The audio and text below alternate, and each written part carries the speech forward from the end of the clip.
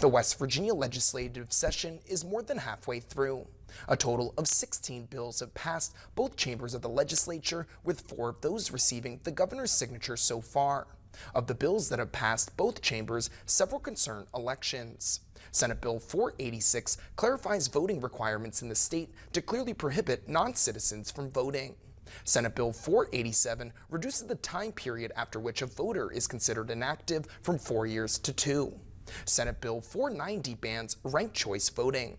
Other notable pieces of legislation to pass both chambers include Senate Bill 456, which creates strict legal definitions for the terms related to sex and gender, and House Bill 2354, which bans a number of food dyes.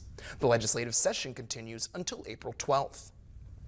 Election officials in Ohio are working to prepare for the May 6th